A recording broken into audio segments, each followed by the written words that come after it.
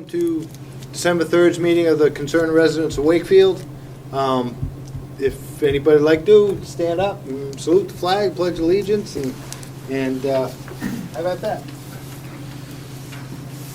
I pledge allegiance to the flag of the United States of America and to the republic for which it stands, one nation, under God, indivisible, with liberty and justice for all. Tonight's theme, I guess, is a roundtable discussion of planning, regional planners, local, state, federal concepts, where we should go, what we should do, and is it really good for us and our children and our grandchildren and their grandchildren. Some of the stuff that I read is a little unsettling, especially when you see the same kind of language in proposed easements for possibly acquiring town properties and stuff like that. I don't know if we're all aware of what the regional planners do for our town, but seems as though they're a vehicle to kind of get the word out. A group of planners that have been working on the planning design for decades, I guess, and probably even a half a century now. Their ideas have been embraced by the United Nations. I guess the United Nations are devising what would be called sustainable development. Sounds good at the face value, but when you read the whole plan, every bit of the plan, you see that sustainable development includes putting mass populations into certain areas, leaving other areas open for open space preservation, those kind of things. You know, when you realize that it's not our nation making decisions for ourselves, it's a group of nations with no real financial liability or loss making decisions for us. So that to me is something to be aware of. Hopefully there's a move to counter some of the propaganda, I guess you'd call it, that comes out and is embraced constantly and encouraged and then enforced once it is adopted. So with that, I'd like to hear what anybody has to say about anything, really, in this tone, if we could. I'll be quiet. Jerry, I know you got some pretty good points about what's right and wrong with a particular Union Meadows easement project that's proposed for the town. I don't know if I want to wind you up on that one, or. Well, I don't know. You could probably, but well, I mean, I got problems with that on a few levels. It does seem to coincide with some of the same things you were talking about. That was this international group of planners. Some people call it Agenda 21, and it seems to be that same plan you had that you described for setting up wildlife corridors and setting land aside, taking tracts of land off the market, setting them aside for eternity. It seems pretty drastic to me to take property away from generations, just put it completely off limits to them just because we think right now that that's a good idea. We're doing that with the U.S. government in the easement that they had on that. We're doing it with the U.S. government or their successors, and we have no idea who their successors are. Based on their track record, some of their successors have been hanged, and some of their successors and partners have been shot and thrown in the ocean. They're always rubbing elbows with the wrong people. I mean, some of the people that our government have been involved with, Manuel Noriega's in prison. I mean, they don't really hang around with the best people in the world, and that may be who they're handing these off to in the future. based on their record, I don't really trust who their successors may be.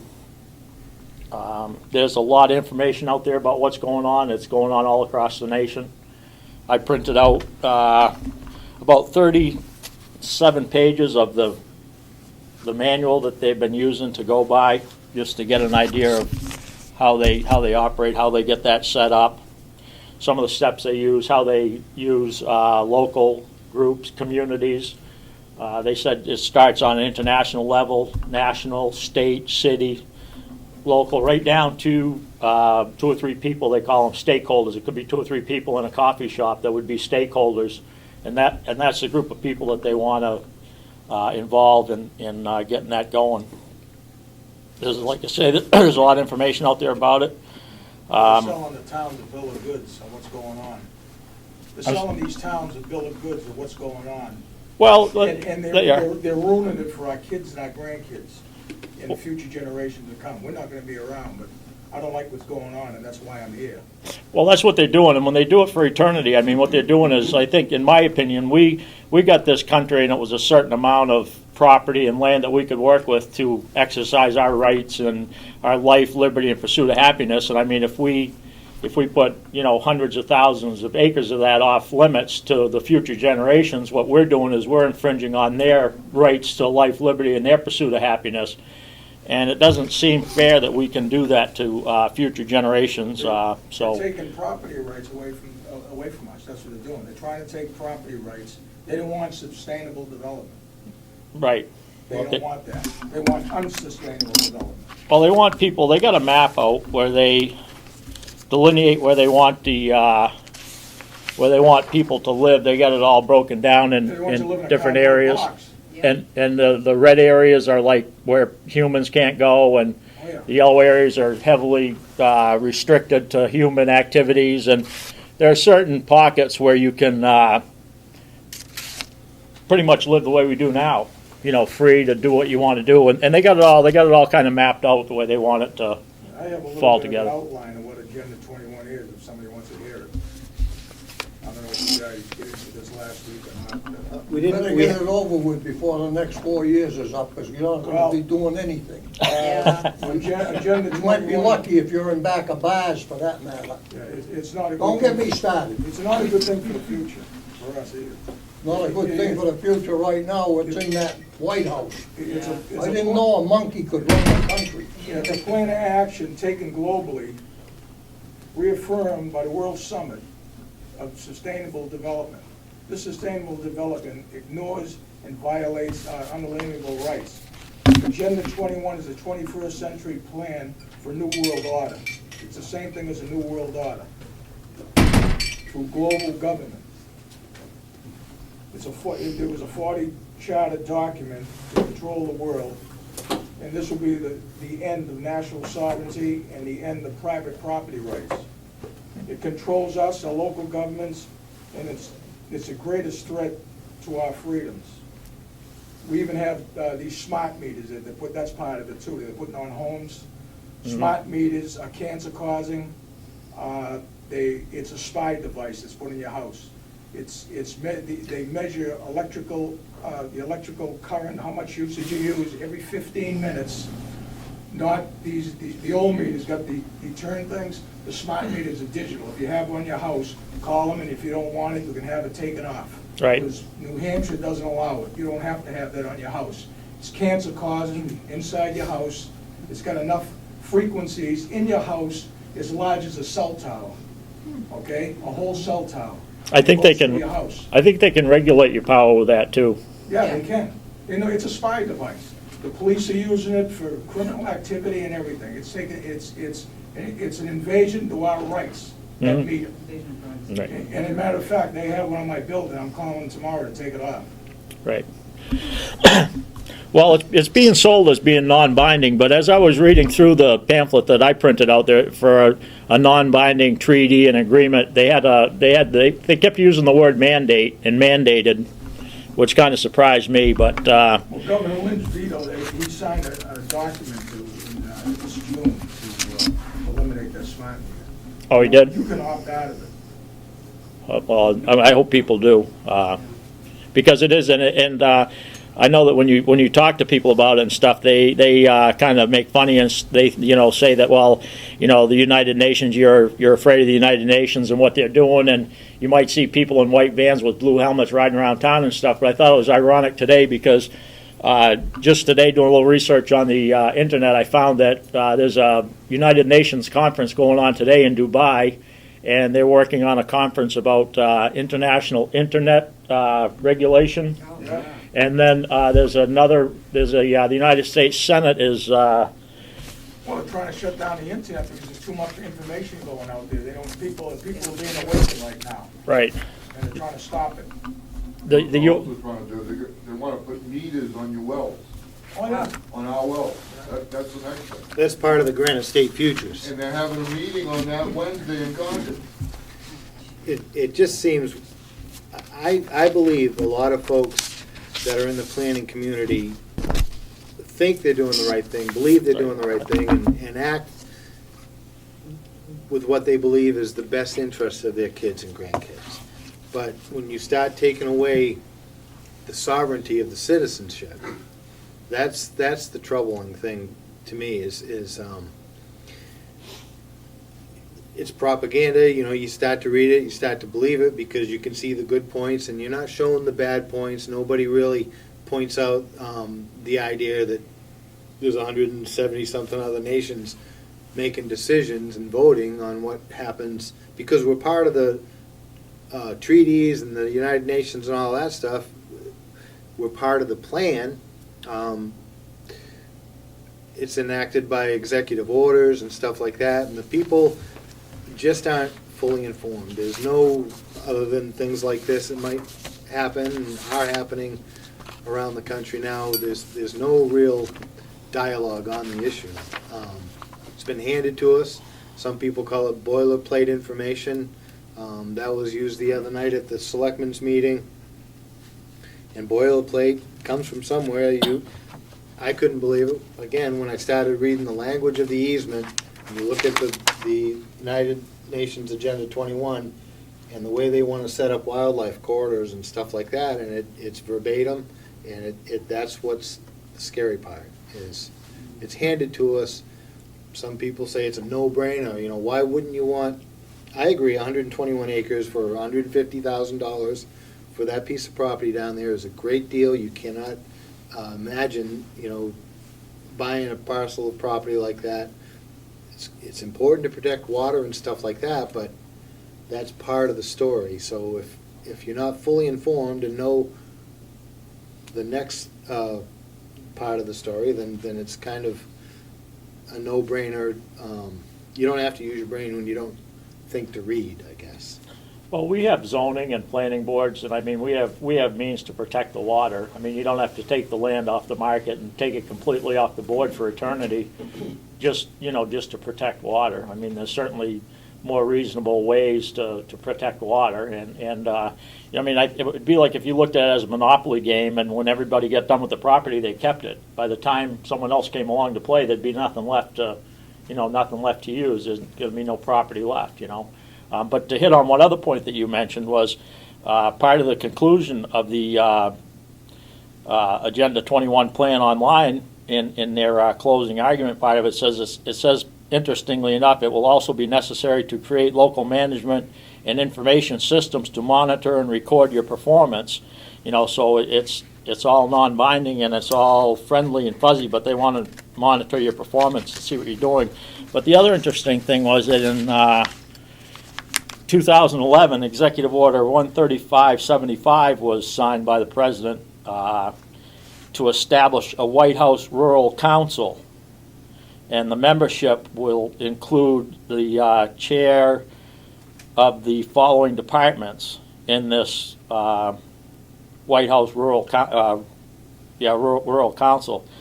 The chairman of the Department of Treasury, Department of Defense, Department of Justice, Department of Interior, Department of Commerce, Department of Labor, Health and Human Services, Housing and Urban Development, Transportation, Department of Energy, Department of Education, Veterans Affairs, and this is all in the Executive Order 13575 for the White House Rural Council. It will also include the EPA, and the chairman from Federal Communications Commission.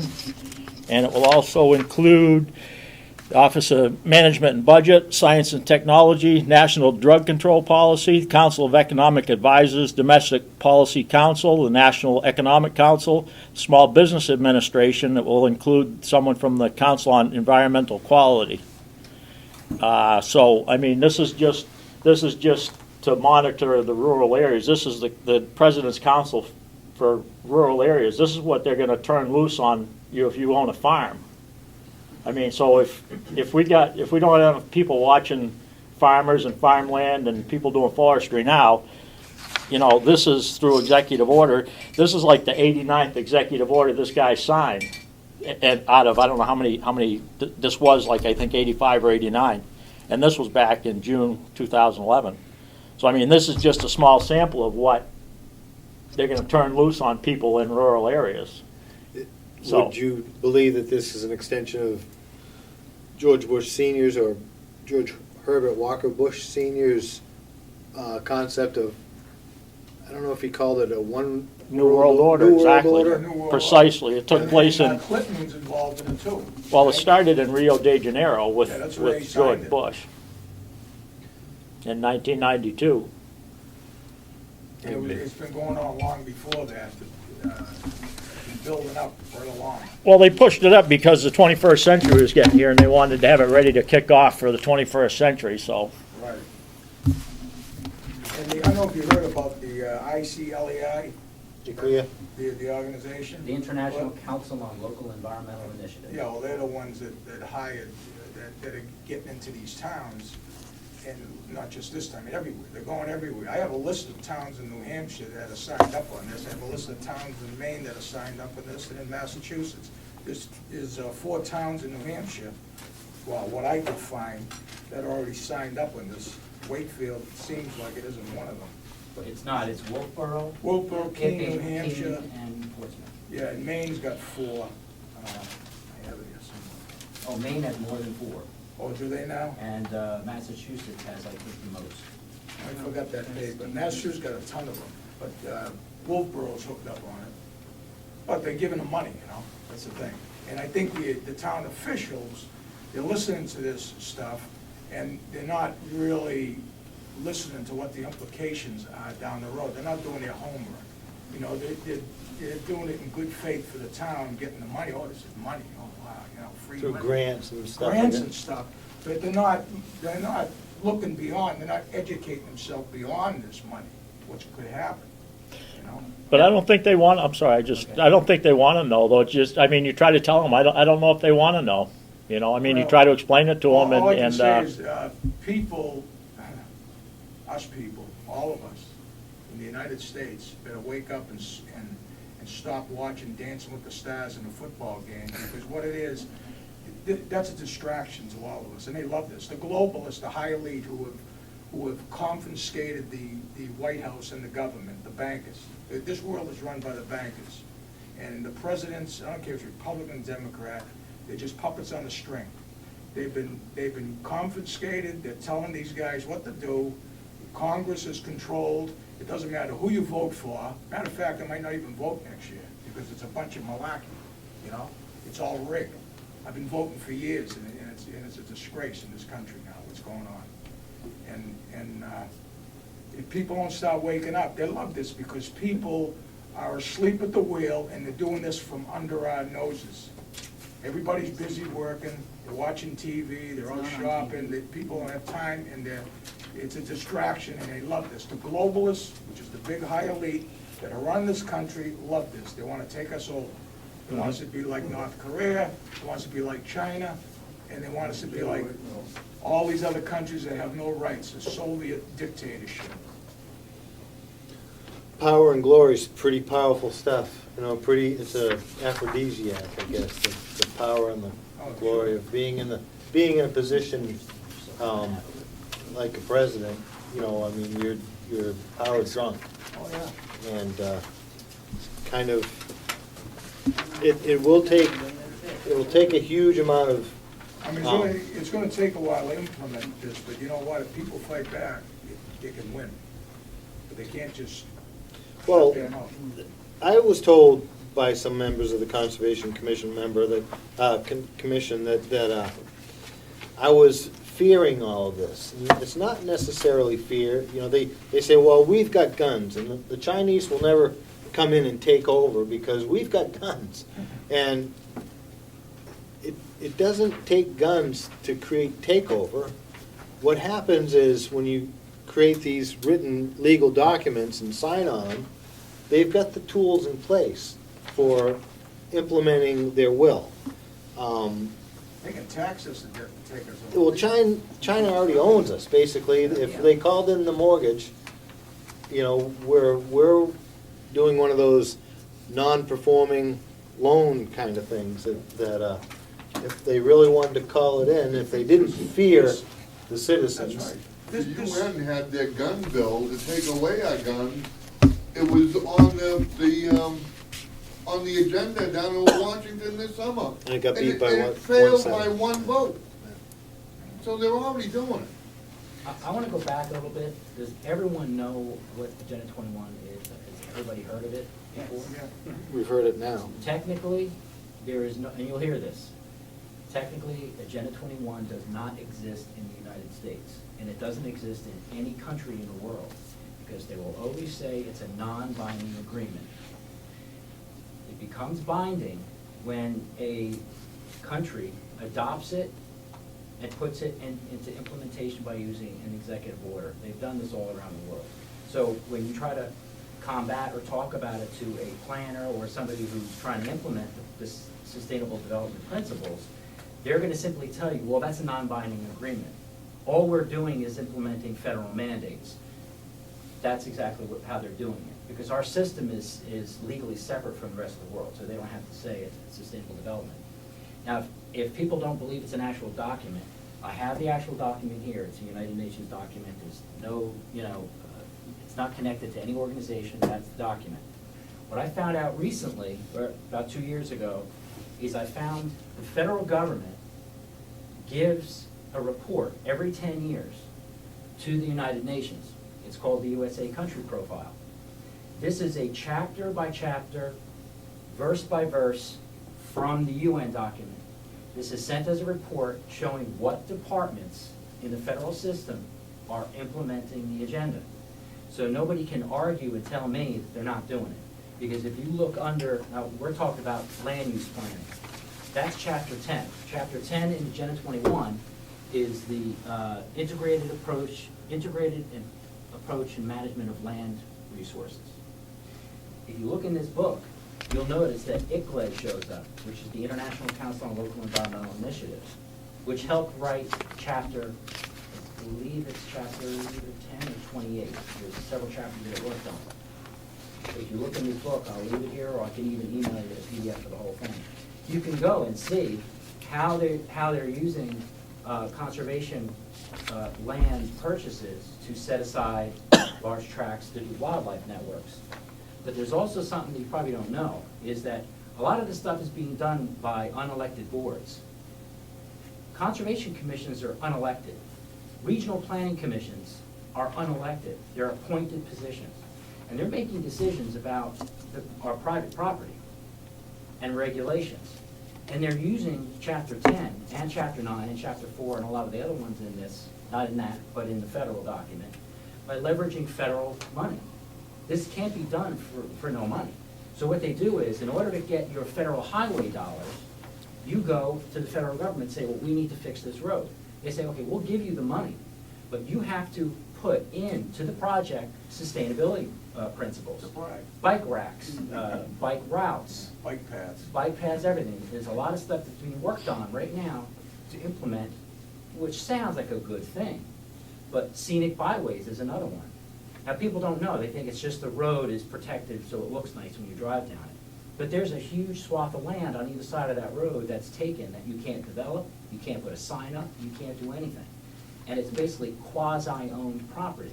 So basically, they're moving you away from owning your own property. And if you think about this, the power company, by law, was given the ability to have an easement to go from their pole to your house. Well, 100 years ago, there's no way you were getting on somebody's property to do that. But we accepted now that the power company can do that. The mention of the executive order of the state that created the Water Sustainability Commission, their whole purpose was to recommend to the executive branch of the state on how to protect our water quality. One of the things they came up with was doing the meters, the smart meters, on people's wells.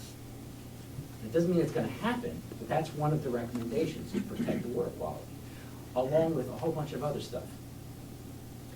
And it's happening in your schools too. Recently, what did the school Safe mission routes? stations? What did the mission Safe statement- routes, wasn't there like No. a safe routes to school, isn't that part of it? No, the mission statement. Do you know what the mission statement used to be? Yes, for, It said something on the order of.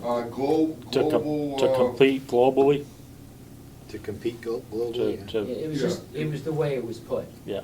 But this stuff is in your schools too, and this goes back to 1992. That's when the original agreement was made, although this piece of paper that I sent out shows you the whole principle of the whole flow chart of sustainable development how it started. So the UN has been at this for a long time, but so is our federal government. So, but this is happening up at your universities too. And I always talk about this guy because he doesn't mind me talking about him. But he is so for sustainable development in the United Nations. His name is Tom Kelly. He is the Officer of Sustainability Programs at UNH. Now, he goes on and on about what sustainability is. And he says, and I quote, "Sustainability is a social reform project that envisions the reorientation of the entire international community towards the balancing of economic viability with the ecological health and well-being of human well-being. Such a vast social change agenda brings with it significant questions as well as challenges." He will go, I'll leave this here, or again, I can email it to you. But he goes on and on about the United Nations. He says, "This consensus emerged from the rigorous debate and discussion within the international scientific community, as well as through international political frameworks, the UN, under the auspices of the United Nations. These principles, as articulated in Agenda 21 and related documents, point to institutions like his college and culture as the object of critical reflection and reform." Now, did you know you needed reform? Because he apparently thinks so. That extends well beyond the natural resource. So what is he saying? He's saying that he also feels that people must be, that their mindset's got to be changed. Now, an environmentalist will say, okay, well, you have to change people's minds because we can't keep degrading the environment. My problem with Agenda 21 and the feds using that agreement to get to our private property and change our behavior is, who are you giving this control up to? If this regulation keeps chugging along, so let's just say if this whole thing would work, meaning if they could control everything, which Agenda 21, their principal mission is to control all land, all air, all water, and all energy, and use the social aspects to make it happen. So that's the way they're doing it. But if it did work, how does it get to work? The mechanism is it has to be enforced. You can't force people to do stuff. You have to slowly make them do something until their behavior changes. So this is how they're doing it. So it's interesting to have studied this for a long time, and it's interwoven in everything, and this isn't new. They've been doing this for a long time. Bill Clinton, if you're a Democrat and you think Democrats are wonderful, Bill Clinton signed an executive order to start the President's Council on Sustainable Development, which incorporated more of the stuff into the federal system. People say it's only the federal government, but where do you think all the money comes from? The Federal Reserve prints our money, and then they send the money back to the states through our road projects, and they make us incorporate this stuff in. So this stuff is real, and this book, not many people have that 10-year progress report, but you'll see in it, U.S. Fish and Wildlife Service, you will see Fish and Game, you will see you'll see all the stuff that you hear on the conservation commissions and everything else for chapter 10, you'll see in this book. So if anybody wants that, just email me. So is it problematic that it's happening, or is it problematic that nobody's talking about it? That's the most offensive thing to me, is nobody knows what's going on because it's just being done in certain communities and not being shared with the rest of the voters and taxpayers and Can a kids. state opt out of this? Can a state? Yes, Sure. Alabama State of New did. Hampshire can- Alabama did. Well, this is what I'm saying, there's four, I saw 4 towns in New Hampshire that are up on it already. We said Keene, New Hampshire, Wolfboro is one, Portsmouth, and there's another one. You mean Ickley you're talking about? Yeah, that signed up with the ICLEA or whatever they call it. They call it Ickley. Yeah, and I was wondering, before it goes any further, is there a way to, who's the rep in this county?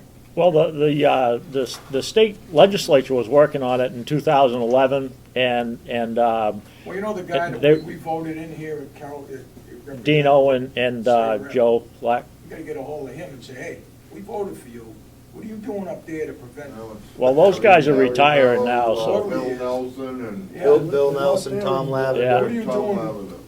what are you doing to the people in this county to prevent this from happening? Well, there's some legislation in Texas that they're working on to ban people from getting involved. Well, not so much in that, but some of these conservation easements and getting involved with the selling property to the federal government.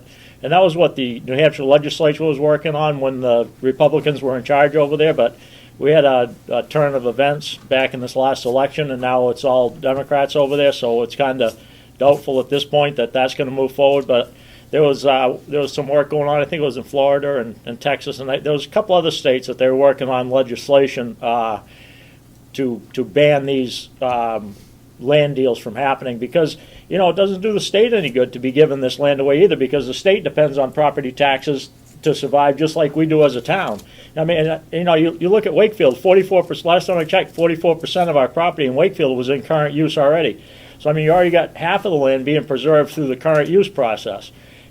So I mean, it's like when you get the penalty money, why do you think you need to take that money and turn around and purchase property to take it off the market forever?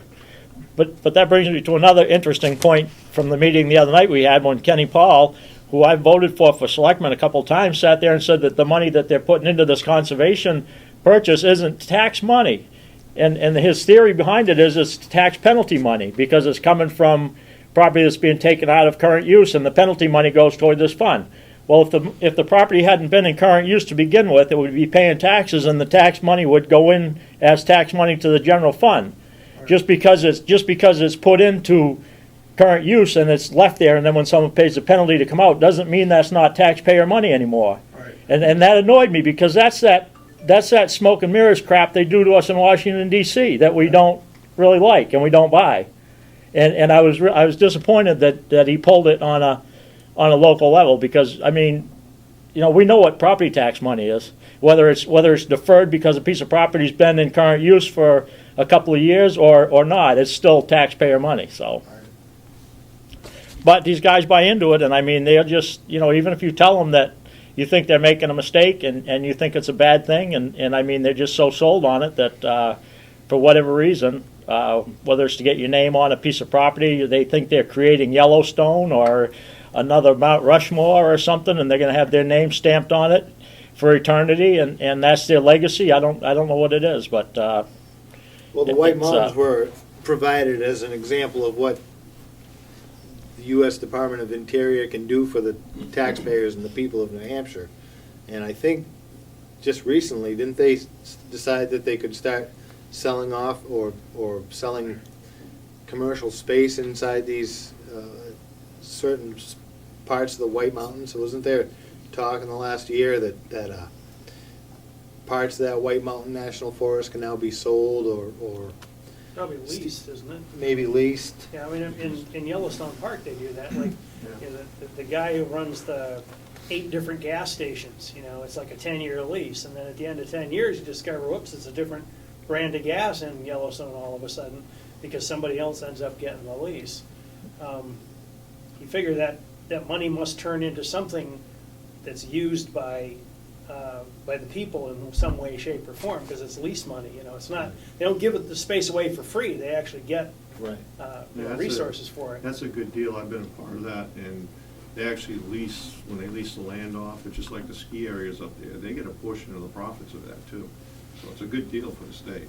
Well, I guess the point I would make is, at one point in time, it was promised that all of this land would be closed to development, closed to this and closed to that, and only for the use of the hikers and the bird watchers and stuff like that. And as time goes down the road, you have to kind of bend that promise or break that promise to make it affordable, you know, and. Well, there's one thing about the forest lands up there too, is that they don't, first of all, they don't let anything go in there. Any application that goes in there is an application to the United States of America. Anybody in any state or anything can basically go and petition against a project that you, or something you may want to lease in there. They have something to say about it. That's one thing a lot of people don't realize is on the national land is that it isn't just the state of New Hampshire, or it's the whole United States. Just like people, if there's something that's going on in Yellowstone Park, you as a citizen can go over there and petition against it or whatever.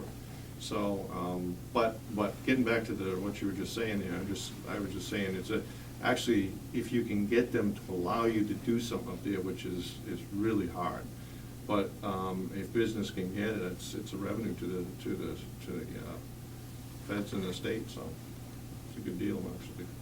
So I guess, would it benefit where it originated from? Would it benefit the Like the town of original Albany or something, taxpayers? you mean, Yeah. or- I mean, No, Yeah. it doesn't benefit them, but it's still, at least is getting some tax revenue and getting some revenue back to us, whereas, like you were talking with this development and whatnot, you know, you don't get anything back from it. Nobody, as far as just preserving the land. What about the argument that when you have wide open, you know, natural looking spaces like that, you attract, we'll call it tourists, you know, I don't know what you want to call them, eco-tourists, you Right. know? So people do come in and use hotels and restaurants and whatever, and I presume they buy stuff at our stores too while they're driving through in order to Right. see that kind of land. And that's why you see, like, you know, Waterville Valley, I mean, that's leased. That's why they allowed it, because they said, well, all these people are gonna come in and ski, they're gonna buy stuff, they're gonna put taxes in the hotels and whatnot, so it's a boom.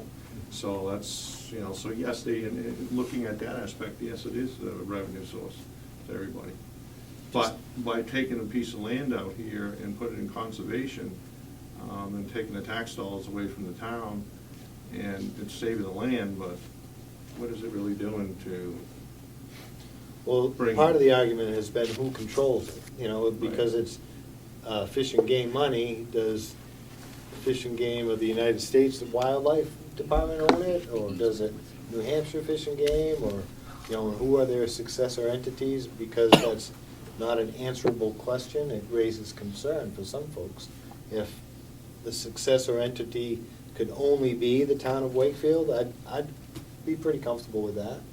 But, you know, the way things are being devised and directed, the successor entity could be somebody from Mexico City or Montreal, and maybe they have better ideas what to do with it, but it, again, infringes on our sovereignty. And I always thought that the sovereignty of American citizens was never to be impeded, and I don't know, maybe those guarantees are no longer Yeah, but enforced. to me, it all stems, you know, to basically, you know, I really don't want to get into it, but the selection. I mean, it's just, you know, there's the people that, like you were just saying in your meeting here, that are not understanding this. All they're looking at is, anytime you take something from somebody, you're gonna pay something. If the federal government gives you something, you're gonna pay for it. Nothing's free. And everybody is, you know, there's a certain, we'll say, percentage that's out there looking for something. And we've got to a point in this country where it's got to be quite an epidemic, and I think we found that out. And if you, it's like anything, what's an election? I'll do this for you, I'll do this for you, I'll do this for you. And you vote for the guy, and what does he do for you? Well, You hope he does something, They but most usually- of them don't. they usually bolster the bureaucracy and diminish your individual rights. That's what I've witnessed them do. Yeah, but you're right, they're doing that too, but they're also, but what I'm saying is by the people going and saying, I want, as long as they get what they want, they're willing to give their freedoms away to them. Well, They're buying their freedoms. and they don't really understand, I don't know, maybe they do. Some people do absolutely understand every string that's attached. There are some people who know every consequence of their actions, and they have focus, and they have devotion to that purpose. There's other folks that will agree with most everything they say because they're only hearing what the devoted people want to tell you. You know, there's, I guess that's the whole reason for my concern is you don't get the whole picture. There was There's- a time when somebody would research and look at everybody and vote for somebody on what they accomplished and what they did. Today, it's what you're willing to give me, and I guess how well you can play the game, I don't know.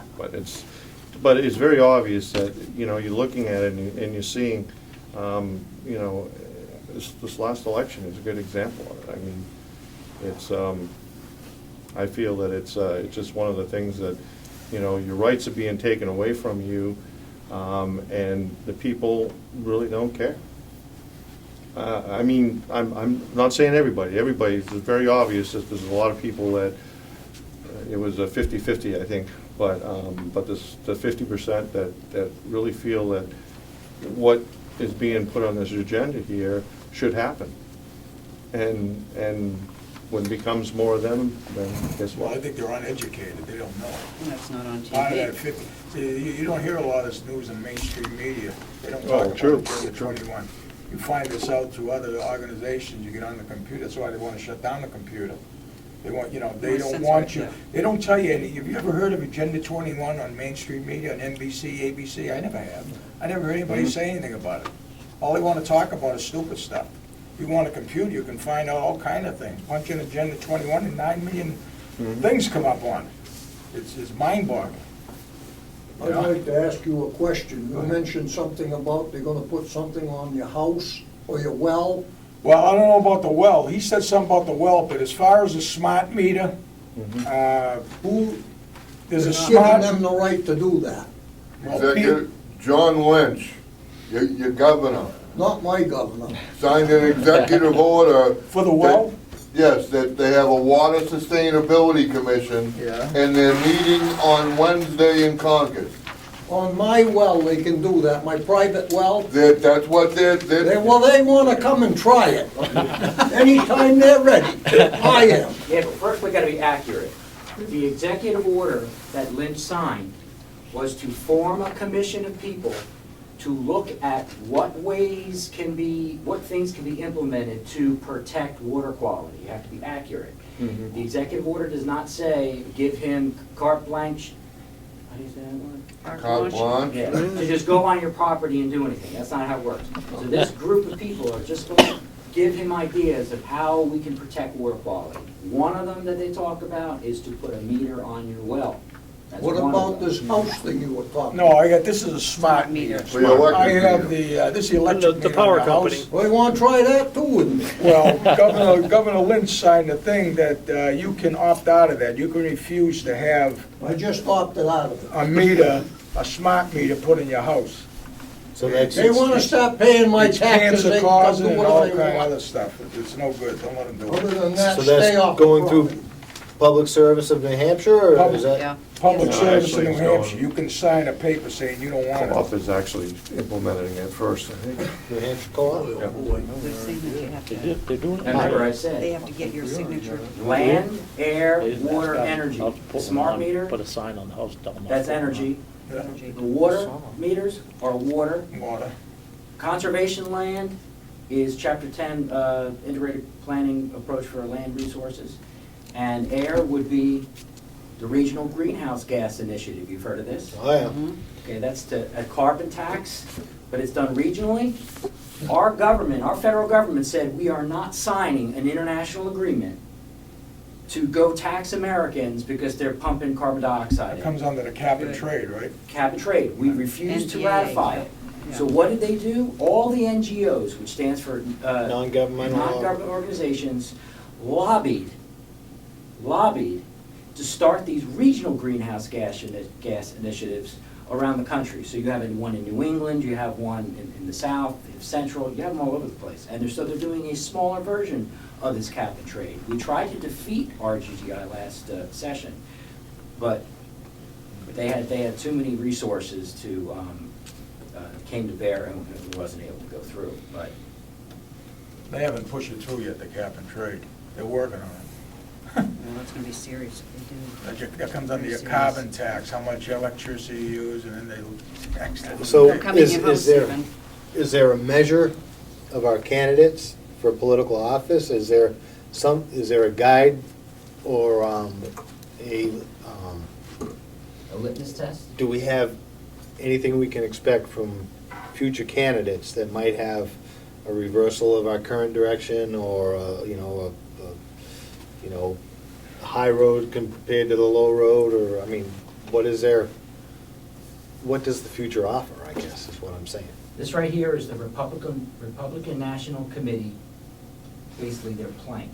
And on here, it says, this is a resolution signed by the Republican National Committee. This is a big deal. This happened last year. It says, whereas the United Nations Agenda 21 is a comprehensive plan of extreme environmentalism, social engineering, and global political control that was initiated at the United Nations Conference on Environmental Development, held in Rio in 1992. It basically goes through step by step. It says here, whereas the United Nations Agenda 21 is being covertly pushed into local communities throughout the United States of America, mentions ICLA. It's basically a resolution stating that they will fight against this. Now, Alabama put in and passed into law the removal of anything that has to do with Agenda 21, and they're still scrubbing their documents. They actually have teams of people that are going through their books of laws, and anything that sounds like sustainable development, or that's some type of mandate from the federal government that's in support of the United Nations Agenda 21, they're removing it and redoing the laws. This is gonna take a long time, but that's one state. And other states, like Wyoming, are starting the same process.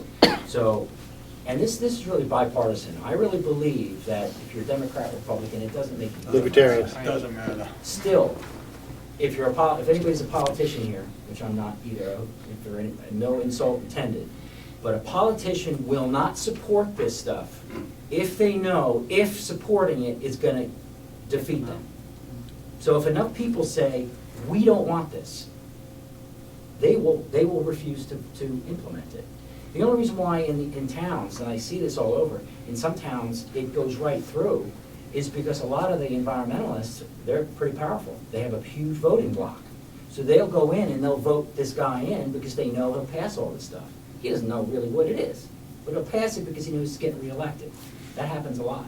So yeah, there are people that will see this and they will fight against it, but they have to hear from us. Can we get a petition going in this town ahead of time before they get approached downtown to, that we don't wanna have nothing to do with this ICLE people coming to our town, talking to them about Agenda 21, and get a petition going in this town. There's 4,000 people in this town. I think every person better sign it. 5,079. Oh, all right. Well, let's do better. Sitting in I the think something selectman's better. office, sitting in the selectman's office, I have a book there. It's a binder like this, and it has everything about the International Council on Local Environmental Initiatives, everything. And I went to the selectmen, last year, and I told them about this. They didn't know anything about it. They said, this sounds like something we have to agree to. I said, you already are, and you don't even know it. Yeah. Because a lot of things in that ICLA document, which is basically just, it's not a government organization. It's just a non-government organization.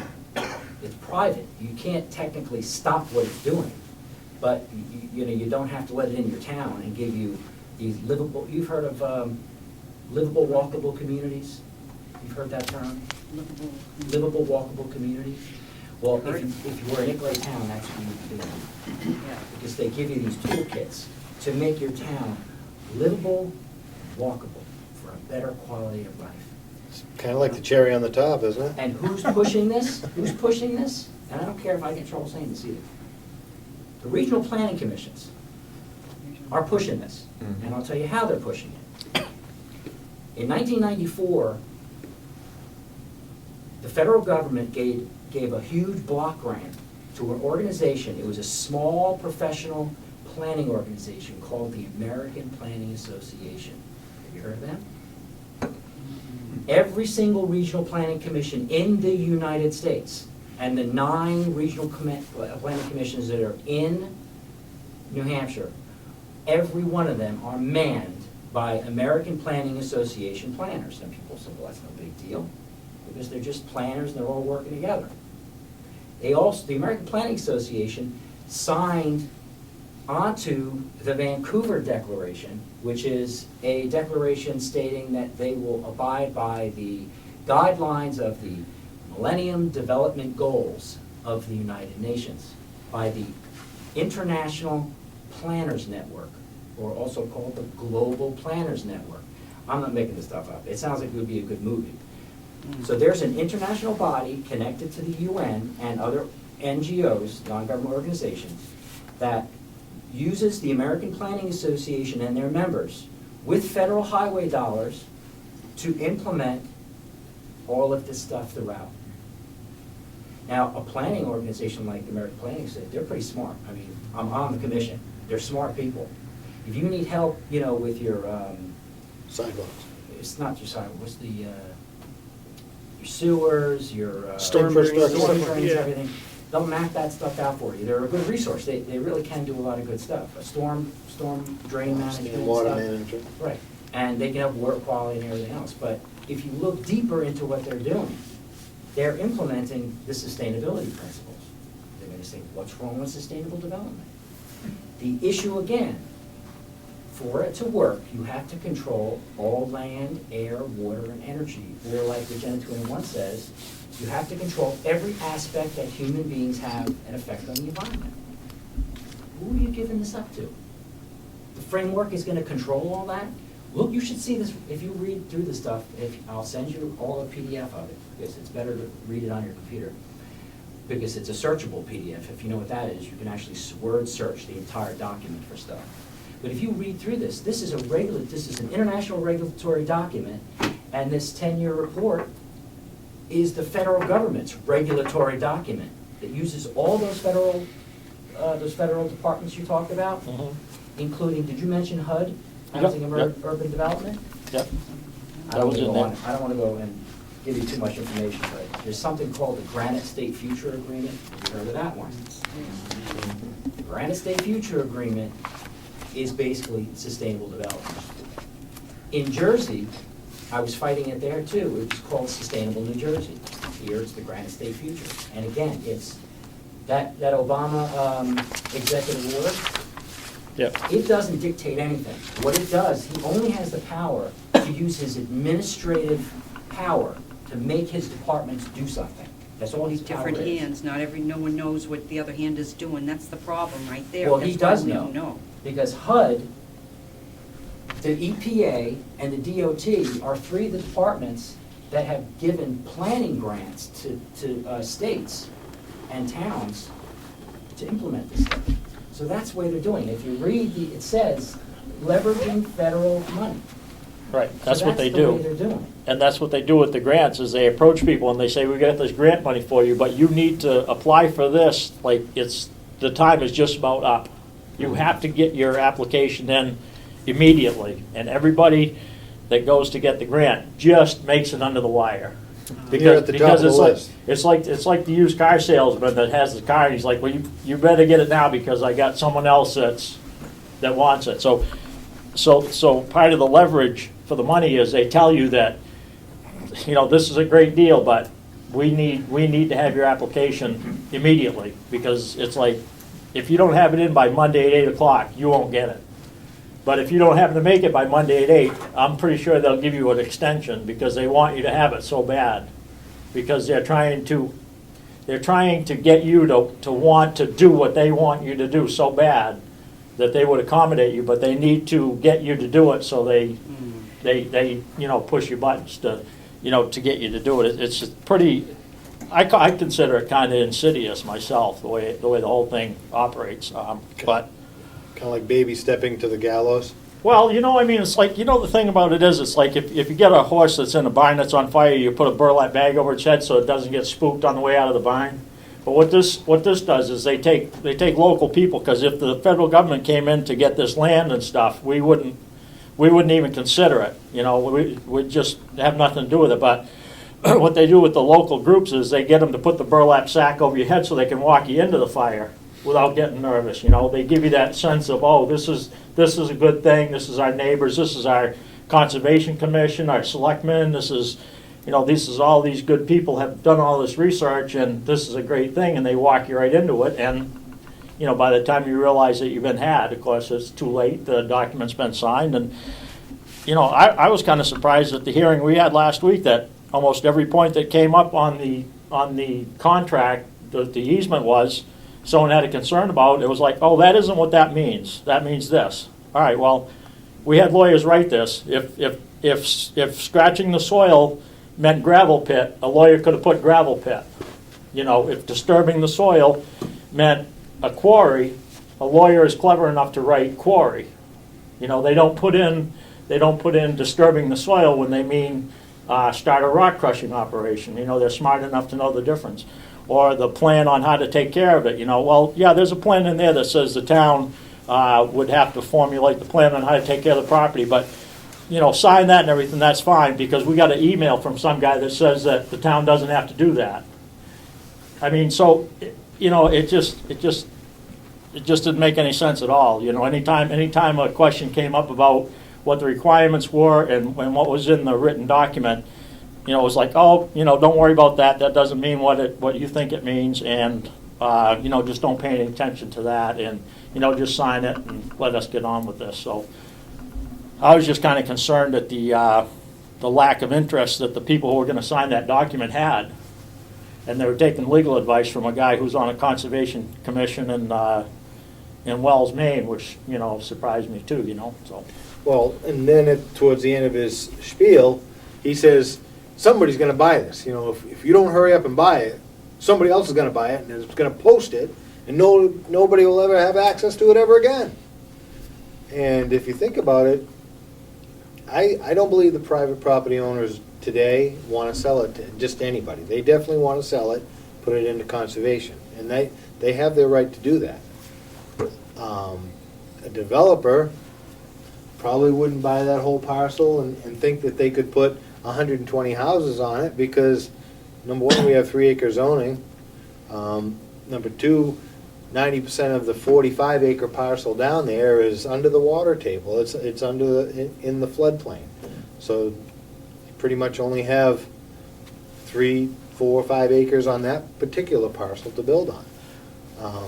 And that may be true, but anything can change in 25 or 50 years. I mean, suppose someone came in and wanted to do something like Pierce Camp, Birchmont or something that would be a nice place for young people to come in, and they could have it on the water. It could be an environmentalist camp. It could be for, young people.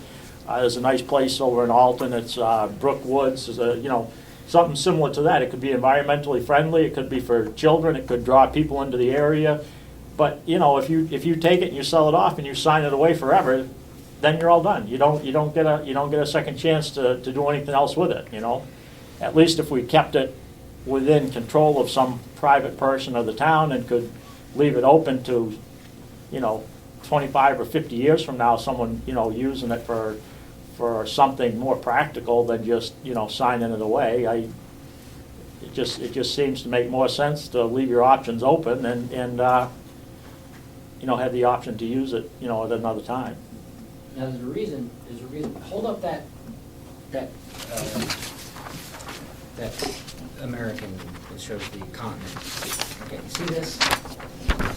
You see this? The red areas are where that they don't want you to be. The yellow areas are highly controlled, and the green areas, or, did I say that right? Yellow colored areas are where they, The browner area. Yeah. The reason why they want the easements is because by just having the town owner, the people in the town own it, they can't get to this. This originally was called the Wildlands Project. Now they call it the Wildlands Network. You can look it up, they got a website. The Wildlands Network is a network of nationwide conservation commissions. Your conservation commissions are actually part of a regional conservation commission. Did you know that? So now your appointed representatives on a commission are part of a regional commission. Do we know what this regional commission is doing? I don't know. I don't even think anybody knew there was a regional one. This is what they're doing. Most conservation commissions will admit that they're doing this. They're saying, what's wrong with this? The wildlife should have a place to go. I don't know how they're going to keep the deer in little strips. I don't know how they're going to do it. But you've heard it in meetings. Well, where- they called it the, what they call it, it was something that, the wildlife corridors. Corridors. Yeah, and I mean, it was like when I heard that at the hearing, it's like, oh, we're going to have a wildlife corridor. I'm like, boom, I've been reading about that for 6 months. I wish they'd hurry up so I can go get a deer. Well, they're not going to let you shoot You're one not out. allowed. Can't go in there. Can't go in there. But, you know, some of your elected officials, I'm not going to use any names, actually used the fact of trying to interconnect these corridors. So the only way they're going to be able to do it is make sure they have all the conservation easements and then slowly start connecting them. And that's their plan. So just having the town own and control the land is not going to work that plan. They have to completely use the number one thing that the federal government's responsibilities constitutionally are is to do contracts. This easement was a contract. And I was stunned that nobody read this contract, but everybody was for it. And they were not really willing to sit down and talk about what it says. Now, I wish I had a copy of the easement, because I didn't bring mine. Because- I might have a copy. it says things in it that you would, if I could sell you a bridge, I'd sell it to you. Because this easement has language in it that is pretty shocking. Oh, yeah.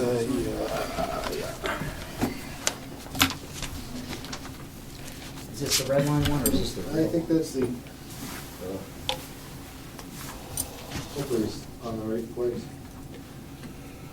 Well, I redlined one that has all the, I'm looking for where it says successor entities and stuff like that. There's language in it that if you read through it, just slowly read through it, you'll see where it basically gives full control up to the grantee, correct? Right, That would- back to the government, or their successors. I don't It think kept that's, saying successor entities. Now, I know legally they have to put it that way, but it says that you had to abide by the Natural Resource Bureau of New Hampshire. That would mean that if they found an endangered salamander on the property that you have an easement on, they'll add that to the Natural Resource Bureau I think list. that's List from- of endangered. I think that's the wrong one, Ed. And then it actually would stop you from doing anything because the salamander's on it. But you go, 100 years into the future, imagine what that list is gonna look like. Did you ever think the EPA was gonna be allowed to do what it's allowed to do? If we don't think, they recently said that carbon dioxide's a pollutant. Yeah. Did we have any say on this? Did we see the peer-reviewed scientific data about that? No. They say your water quality is all bad. Did you know that the water quality testing has to be authorized and certified by an EPA lab? If you ask them who peer-reviewed it, they'll say the University of New Hampshire. What did I just read about the University of New Hampshire? They get money, grant money, from the feds to do sustainability programs. So what do you think they're gonna do? So who's peer reviewing? Is our water quality as bad as they say it is? All I'm saying is let's hear the truth. Peer review it. If the water quality is bad and it's bad for a reason, we should fix it. But should we just be taking one federal department's word on it? I don't think I gave you the right easement. I didn't bring mine, but, Somebody here does dams. Damn it. Are you the dam guy? I'm the damn guy. Yeah, right. The Dam Association. Union Village Community Association, yeah.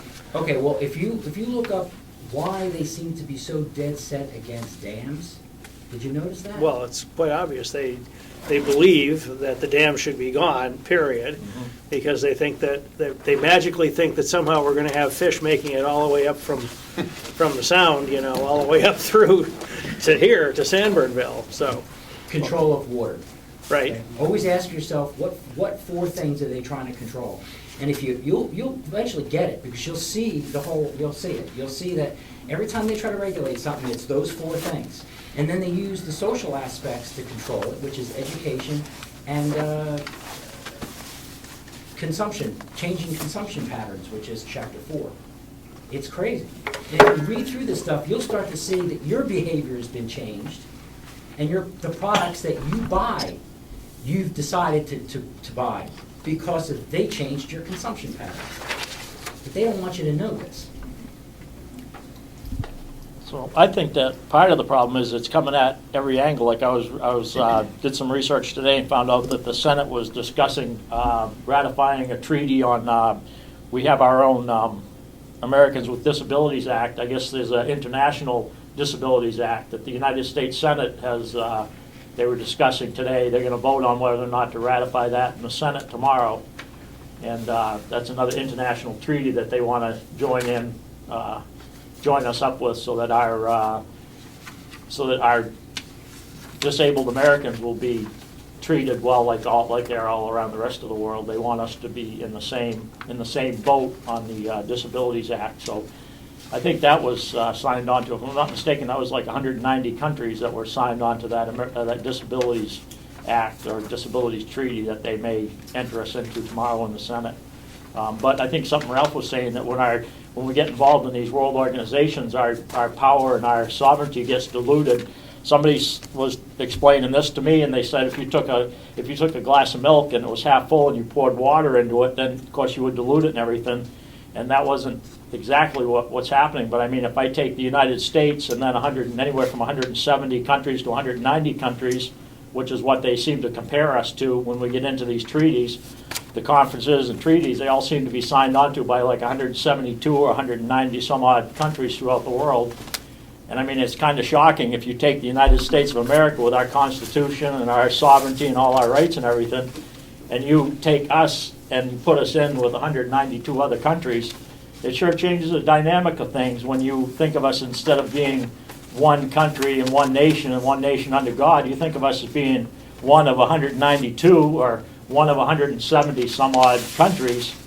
It really changes the way things can happen for us, because I mean, even if we get 50 countries to go along with us, on anything, we'd still be outvoted by over 100 votes.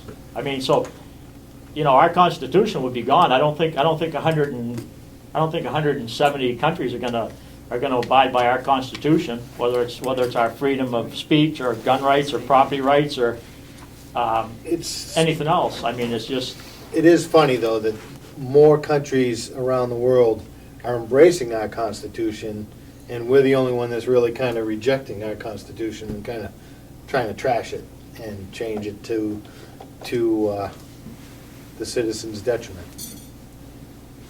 Oh, it is. I don't think people appreciate Only it. in that we. I'm not trying to change anything. I didn't even know you spoke Imperial. French. So, what is the outlook for this conservation land down the road? Are they gonna put it up to vote for the community? I think it's going to be on the ballot in March, as far as I know. Did you hear something about that? Ralph? We gotta push people to vote against it then. The petition has been sent to the town attorney, and he's been directed under the RSA to create an article for the warrant for the people to vote on.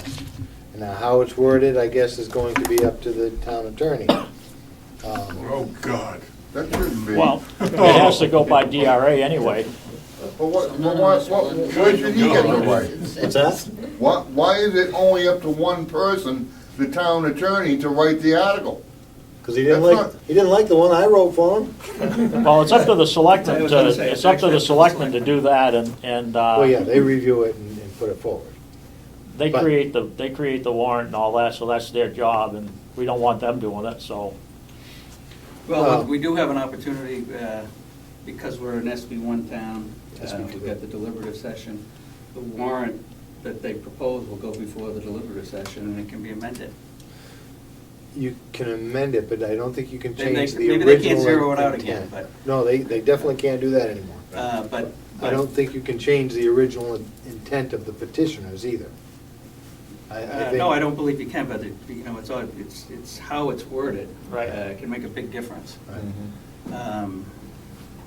So I assume it will be on the ballot. The selectmen advise against the adoption of the amendment. And any- Which carries a lot of weight. Wouldn't any other group of petitioners, couldn't they draw up their own article for the warrant to be put on as written, as the petitioners?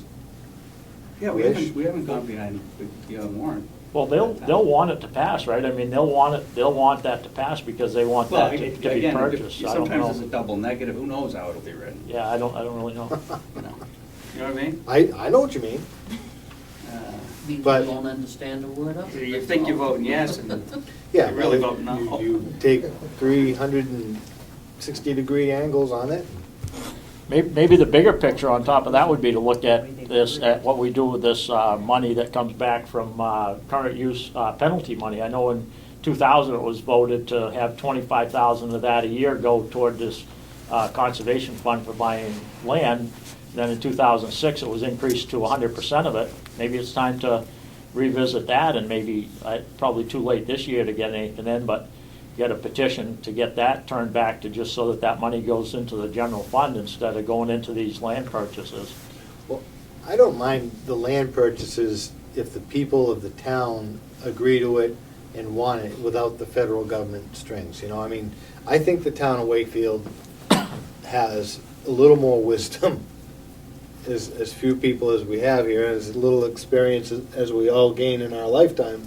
I still think we have a little more wisdom than the folks in Washington DC and the decades of their experience, I mean, local control is okay with me, federal control and strings, it's just, it leads to outside influence and lack of sovereignty for the people here in Wakefield. Well, not only that, if the town of Wakefield were to buy the property, there'd be no in perpetuity. They could turn around and sell it. Future generation could decide if they want to sell it. Turn it back over to, put it back on the tax rolls. The biggest problem with, in my view, no matter how good a project is, when it happens in perpetuity, that's a long time. It is, that is a long Last I time. remember, it was forever. It's And eternity. once it's done, it's a done deal. So when we talk about patching together these corridors and so forth, it really makes a lot of sense because, they've got the time. Oh, yeah. They do it a piece at a time. This piece here, this piece there, this piece there, and before you know it, you get major league chunks of property that have been taken off the playing field. Well, that's exactly right. I mean, we got property up on Prairie Hill, we got property on Gage Hill, and then we got property, what's there, 100 and some odd acres down in Union, Ralph, now? I mean, 124, I think. you connect those together, I mean, Wakefield's pretty long and thin. You connect those pieces together and form your wildlife corridor. I mean, that'd be a pretty significant hit. Property in Wakefield, Moose Mountain Regional Greenways property. whatever they did up there. The Barbara McLaughlin It's property. part of it is, isn't it, or is it? That's the south part of the Union Meadows Yeah. easements. No, I'm talking about the Moose Mountain thing that they have. I think it's all in Middleton. Moose Mountain Regional Greenways? Well, the property that they have up there. No, I think they go outside of that. Oh, they go outside of that. Yeah. They're They're part of widespread. what you're talking about. Yeah. Somewhere up in the Moose Mountain. They're in the wings right now. If this should fail, the Union Meadows purchase fails the way, in the direction it's heading now, if it fails, Moose Mountain Regional Greenways is in the wings, waiting for an opportunity to step up and take the ball and run with it. Well, they're gonna do the same thing with it. They're gonna do the same thing with it and probably, What he said about perpetuity, that's what they do. oh yeah, Once they put it in, like Siemens, all that property, yeah. they'll never do anything with it. It's over 3,000 acres. Well, there's history here in Wakefield where a conservation easement has been written and the word perpetuity was included in It's in there. that conservation easement.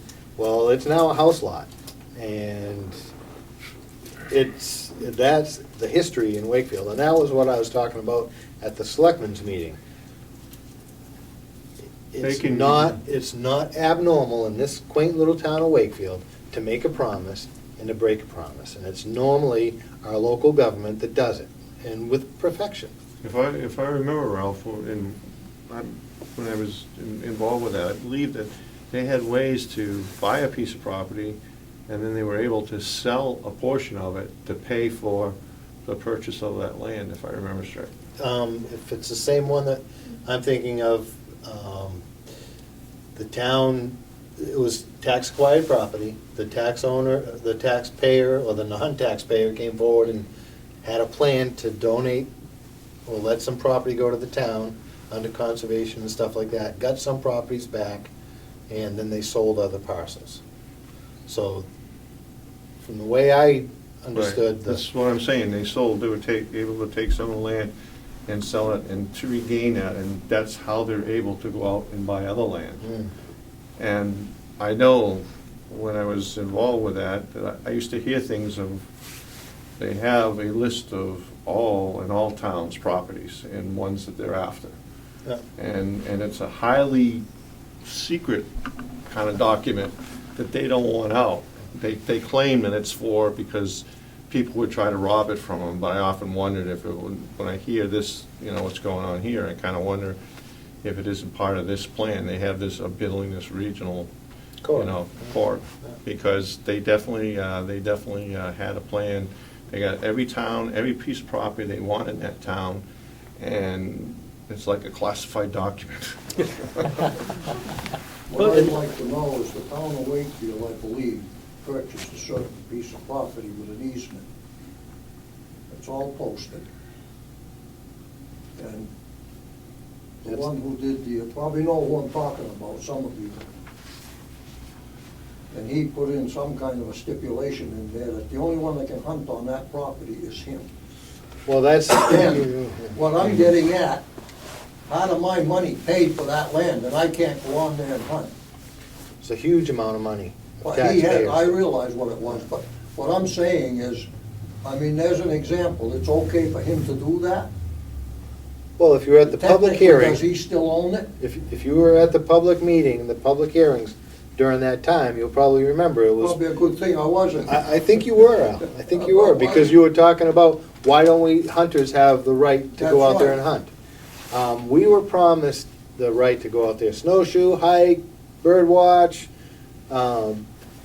Whatever, except you can't hunt. everything but hunting. And then, So that means I can go out there and trap them.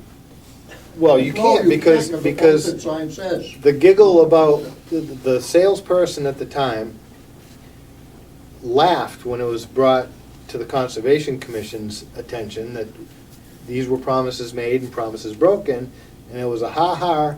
The town should have known what they were buying. Buyer beware, if you don't understand what you're getting, it's not that property owner's fault. And what we bought at that time was the development rights of that parcel, so that the town could direct that property owner. Not that the property owner was ever going to subdivide and ever going to develop his property, but it was sold to the taxpayers that if we don't hurry up and buy this parcel, we're gonna have houses up there, and even though there's a lot of ledge and a lot of wetlands and a lot of unbuildable land, our tax dollars are gonna go up because there's gonna be kids in school, and we're gonna need new fire trucks and more police because of that parcel. So the guy gets, I don't know, I think it was close to $250,000 and posts his land.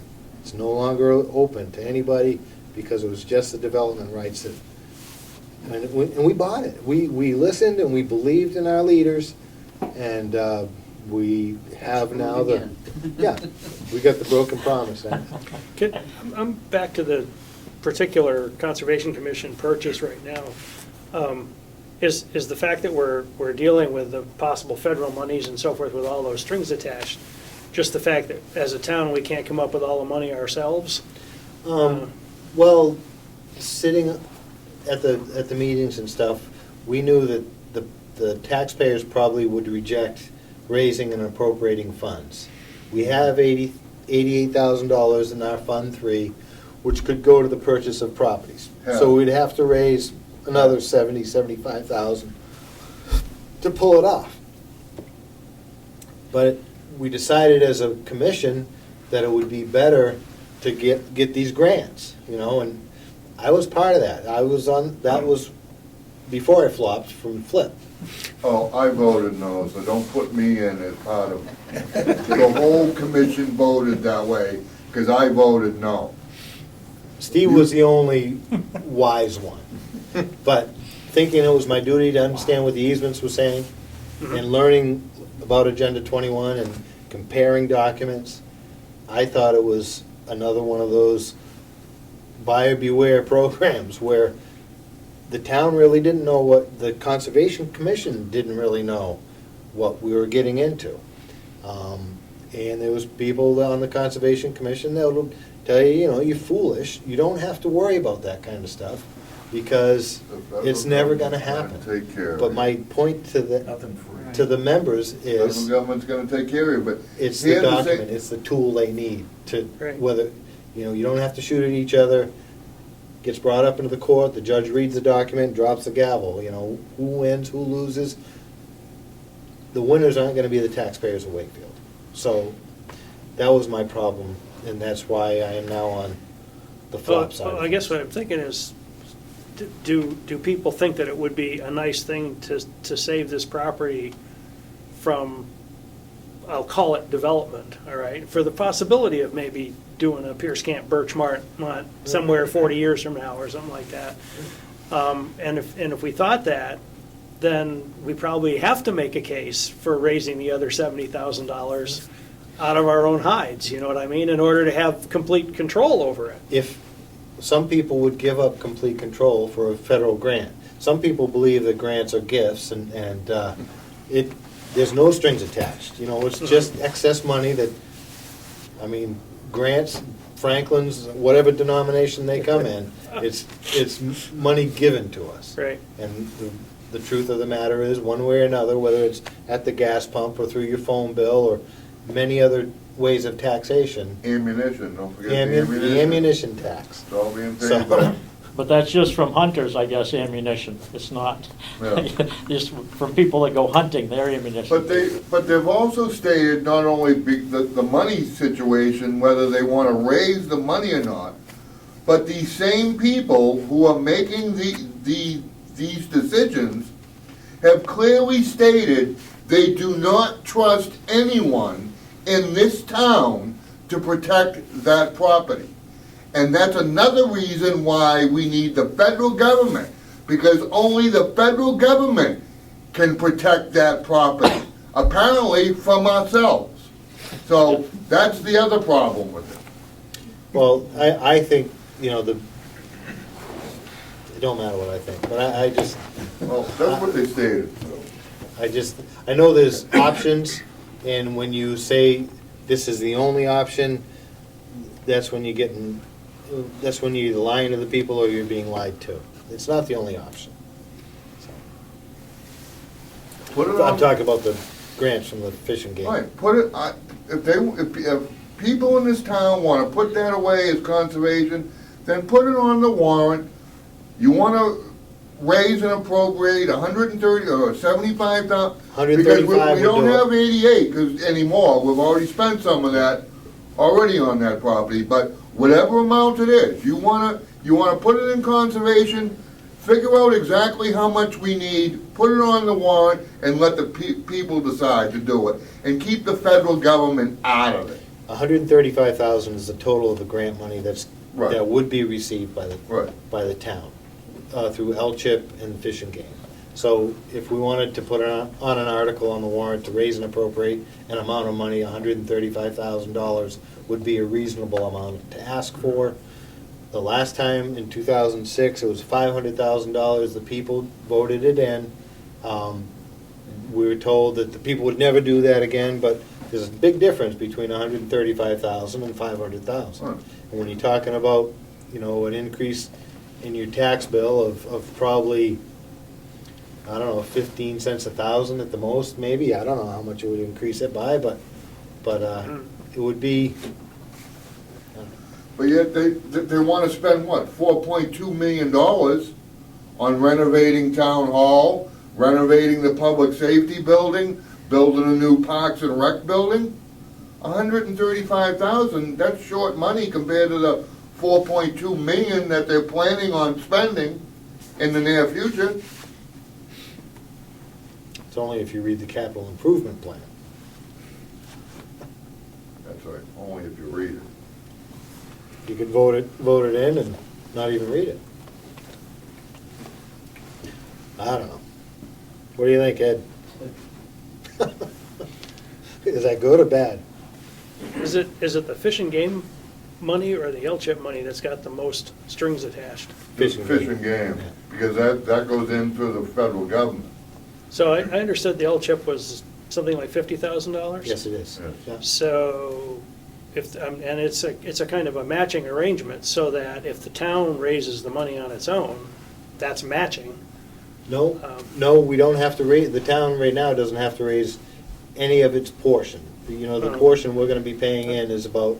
That's right, it's gotta be- 15, 20,000, well, 15,000 to complete the purchase and sales agreement, and then all the survey that's been done, all that other stuff is gonna add up to around $11,000 to $14,000. But what I'm really driving at is that we wouldn't have to raise the whole 135 on our own, because the LCHIP, it doesn't have those same kinds of strings attached to it, does it? Right, I mean, you could accept I mean, if it wanted to be strictly town taxpayers' money, you know, the 135,000 is the sum. If you wanted to still receive the LCHIP grant, I like was 85 or something I was like that. seeing too much red with the Fish and Game Yeah. monies, and I really haven't looked at the LCHIP, and I don't know if there's a single string attached. There might be 100 that I don't know I've about. seen, I've seen their application, and they basically ask you to say how you plan to take care of X, Y, and Z with the property that you're talking about. I don't think that it says you must do X, Y, and Z. You have to outline how you plan to do it, and whether they give you the money or not is the degree to which they believe you, that they think you're going to follow through on that. Yeah. So it might be perfectly reasonable to take their money and not take the Fish and Game money, Yeah. so. And they could have asked LCHIP for the full amount also. Yeah, I think- $135,000. But that was the classic thing, because they didn't even know it existed until like 3 weeks before the deadline, so, Right. Yeah, that was one of the deals that were done overnight. yeah. And, there was, initially when this was brought to the Conservation Commission, the salesman said, I'm representing the owners, and I'm after their best interests. And I'm gonna recuse myself from all the conversations at this level because that's where I'm at. And 3 different meetings, 2 more meetings after that, he made the same statements. And then during the process of the selectmen's purview and all that stuff, the same member, or same salesperson recused himself from the discussion. And then elections happened in March, and the first meeting of with the new selectmen, there was a recusal of, by one member of the Board of Selectmen because he may have had a conflict of interest. Next meeting, the 11th day of April that same year, well, there's no longer a conflict of interest. I'm going to vote on this. All right. So now there was 2 members of the Board of Selectmen that forwarded it to this point, and I can't see with a conflict of interest just vaporized in thin air. This has the potential of becoming a town forest in the future. This particular salesperson has an interest in being the town forester. So there's number one conflict of interest. I don't know. Maybe I'm wrong, but I think that's another example of smoke and mirrors. Here's the sales pitch, and strike 3, we're out. Yeah, but the whole thing is that I think you gotta look at the whole thing and say, is it good for the town? That's the problem I've seen a lot of times through the history of Wakefield, is the politics and the people and everything got into it. It's him, all.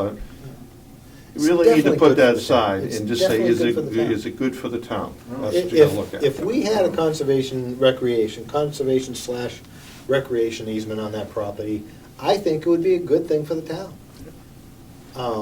Not at the expense of the future generations not having a say on what successor entity takes over and what they, to me, I can only envision my grandchildren saying, boy, I wish I had a glass of clean water, and I don't dare walk over there to the Union Meadows because they might shoot me because, I mean. Well, here's a question, and maybe you should ask it, is that, they get to put all their regulations in here. If the town buys into this, does the town get to put their things into it? Should be able to put 50% of the regulations into it. Well, then you'd have to put up 50% of the money. Well- and we're only putting up. Well, no, but has anybody asked the question? I mean, you allowed to put in Somewhat. certain things? Somewhat, because the Fish and Game easement did not allow camping. The town has got 3 weekends out of them, so they did allow some input. For the scouts. For the Scouts. 3 weekends a year, the Boy Scouts can go camping down there. But the original easement, Fish and Game says absolutely no camping. Well, and So. the truth of the matter is, you can't go in there and leave an obvious sign that you've been there. So if you go in there and you pitch a tent, and you drive holes with your stakes into the dirt, you're disturbing the soil, you're pulling your tents out, and unless you take the time to fill the little cavities where your tent pegs were, you violated the easement. But is there anything, back out things like, who's supposed to maintain the property? We are charged through the way that easement is worded now, we're charged with stewardship. We have to make sure that everything that the Fish and Game requires us to do is done. And they come along and make sure that you do it. So they're gonna spend some money in the future So for the guarding us, guarding So them. for the town doing and taking care of the land, shouldn't they get some bonus, and shouldn't they get something out of that? We do, the money that's given to us to buy it. Yeah, but that's upfront, but that's not forever. Not really. I mean, what they're asking is forever, so Yeah. that's why I'm saying, can't you negotiate on the terms and the rules and maybe ask what you want up front? Snowmobiles, hunting, whatever you want to be able to do with that land. I think snow machines are allowed, right, Tom? Wheeled vehicles are not, because, or wheeled motorized vehicles. You can take mountain bikes out there and bicycles and But stuff it- like that. But if the town all of a sudden has, or the state has a sanctioned four-wheeler club or whatever that is sanctioned by the state and is sanctioned by the town, would they at that point be allowed to go over there? No, because of the Fish and Game easement won't allow that. Yeah, but the Fish and Game, if I'm they sure have a- there's an appeal or some kind of They want to Some protect kind the of thing that we could go in there and Mhm. go to a, I see what he's saying. and though. go to a, some kind of meeting at the Fish and Game or request that we can do that. It would Because- probably get shut down, but I would think it would go somewhere. But if it's because it- forever, it be- then they ought to pay us forever, Because, maintain a it. certain amount every year. You got something to say? because it's, Speak up. because You it's got a something to say? wildlife Speak corridor, up. because it's a wildlife corridor, and the easement protects that in perpetuity, they don't want motorized vehicles in there threatening the natural. Oh, I understand that, habitat. I understand that, and I know that on their lands, but they're also, in other parts of the state is building trails, okay? And they're making it, I don't know what they're doing, but they're allowing certain Recreational trails. corridor. Their main, and if that was to happen over here, Of course not. to me, if the fishing game You know, they opens took it the up, conflict of interest out it of would it. be something that would change. It would have to be changed probably before it was a done deal, before the ink dried on that. I think what he's wondering about, though, is that the done deal part of it is that the Fish and Game is saying, we get to tell you how to use it. Right. Well, and what Tom's saying is, well, maybe you can convince them to tell us a different way to use it sometime in the future. Yeah, but I don't know how good that possibility is, but, You better do it before you sign their it. perspective So I'm is, their perspective is, we're setting this up You better, whatever. particularly for the You better do it wildlife before they corridor. sign it. We want to protect Once all it's of the signed, wildlife. yeah. area. Why would we allow motorcycles? see, I'd really be in favor of figuring out how to use the LCHIP money, raise the money on our own, use it for almost what they think they want to use it for anyhow, Yeah. you know? Yeah, oh, yeah. But have our own control over what we can do later on with it, if we need to. Benefits, give and takes. Yeah. I definitely would encourage that direction. I just, I may be really naive here, because, I'm pretty young. But I am getting older. But I really think no one, yeah, there could be some people maybe thinking the wrong way here or there once in a while. But no one in this town, I can tell you, especially on the Conservation Commission, I'm a Conservation Commission member, is purchasing this land to support Agenda 21. We had no idea what Agenda 21 was until Mr. Comeau brought it to our attention. That sounds like, and what Jerry's talking about, is a huge machine that's been going on a long time. They're still educating our kids right in college right now today to be environmentalists instead of being American workers. So how as a group here do we stop that machine and do some things about that? As far as the stuff right here going on in town, purchasing this land, I voted for it. Do I like the easement, or am I more knowledgeable about, Article 21? Yes, I am. Okay, but we thought, and us as a Conservation Commission at the time, we were board members, we made a decision based on what we thought at the time, the best information we had, and the best way we thought to approach buying this, conserving it from development, basically. Yep. Buying it in the best way possible we thought the town would go along with us. I agree with that. We thought at that time was the best thing for the town because it's a great piece of land to conserve. There's almost a mile of river frontage there that I think there's no question that myself as the developer, would buy that piece for this amount of money in a second. I would find an investor to purchase that piece of property with me, and I know I could make money at it. And I know I could make 3 beautiful house lots out there, that are 30-acre lots apiece or 40-acre lots apiece or whatever, and I know I could get good money for them.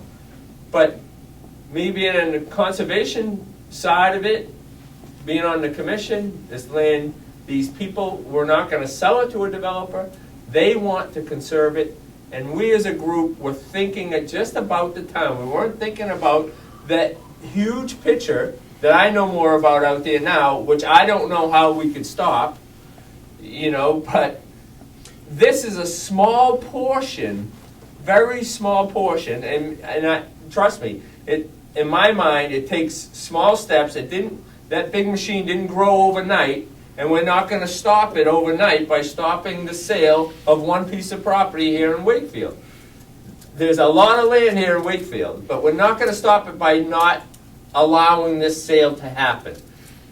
I think it's a great thing, and I think everything should go to the voters. I don't think we should be getting money from, current use to go to conservation. There's a lot of things I'm against, and, I'm really for, and I'm not for anything that, Jerry brought up here tonight, or Ed brings up with Century, or Article 21. I'm not for those things.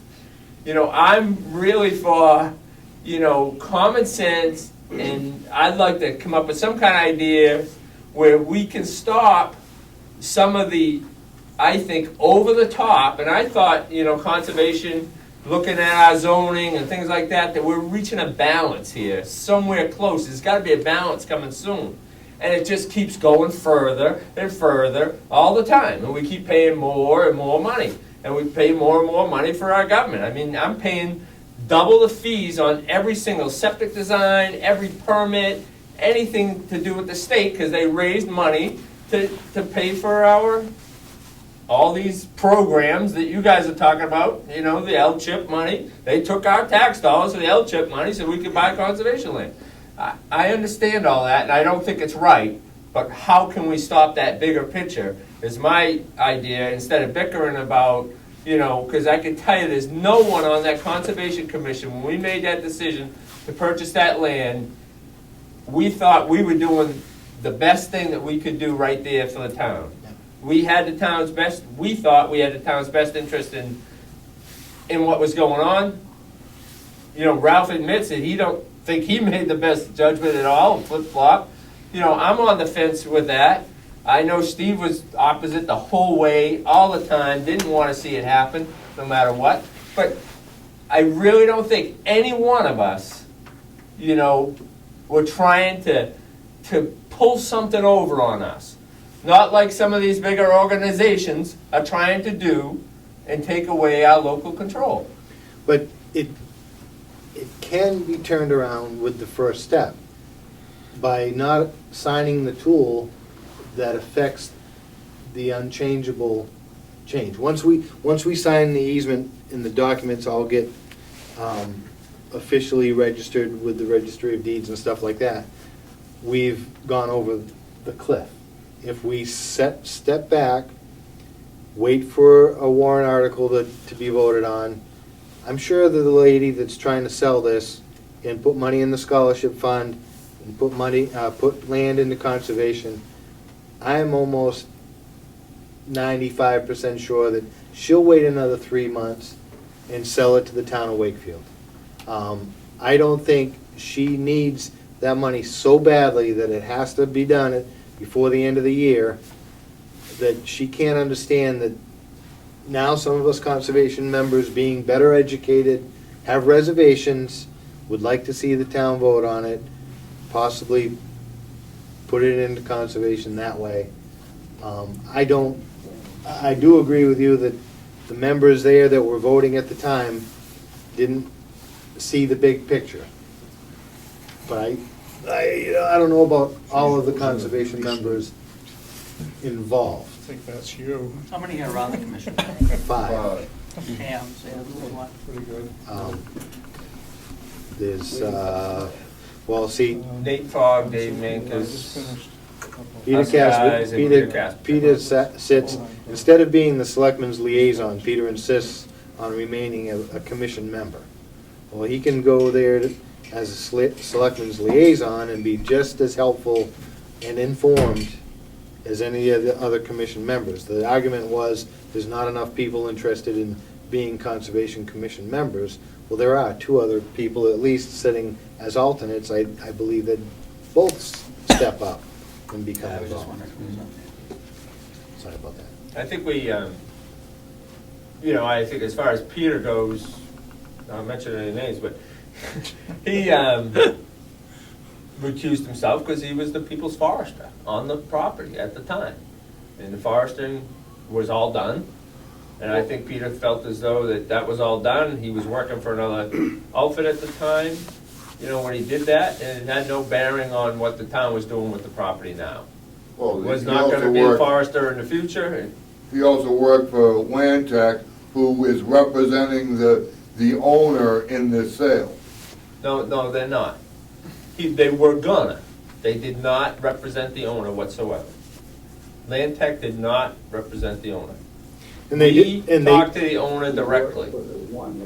We made the direct deal with the owner. The Conservation Commission made a direct deal with the owner. No one's in the middle. Berlin was there on a number of meetings.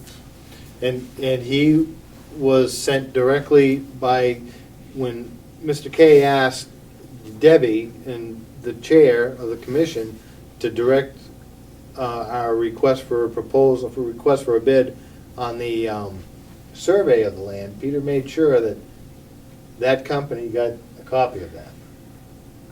And that's in the minutes, and at that time, Peter was working for that company. So that did constitute a conflict of interest.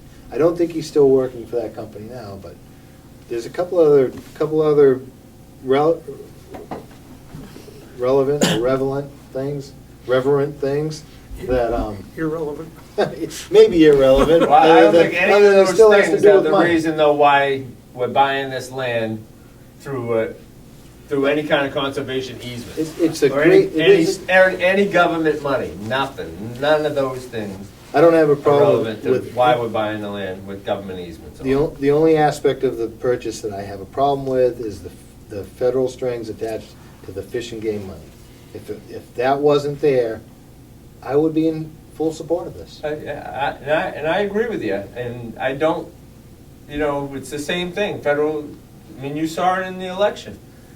You know, they brought out all the people, whether it's conservationists, the other side, the Democratic side or whatever, and named our governor that we were probably voting for, and most of us in this room voting for, Ovid, and made him out that he wouldn't take education money from the government for our schools. So we're kind of saying the same here. We don't want government money to conserve any of our land.